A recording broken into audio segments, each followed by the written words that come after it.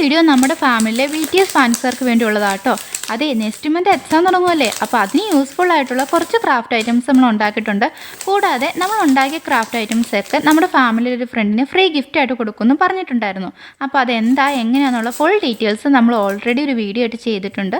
ആ വീഡിയോയുടെ ലിങ്ക് ഞാൻ താഴെ കൊടുത്തേക്കാം. അപ്പോൾ കാണാത്തവർ ഓടിപ്പോയി കണ്ടോളൂ കേട്ടോ. നമുക്ക് എന്തായാലും നമ്മുടെ ബ്ലൈൻഡ് ബാഗ് അൺബോക്സ് ചെയ്ത് നോക്കാം.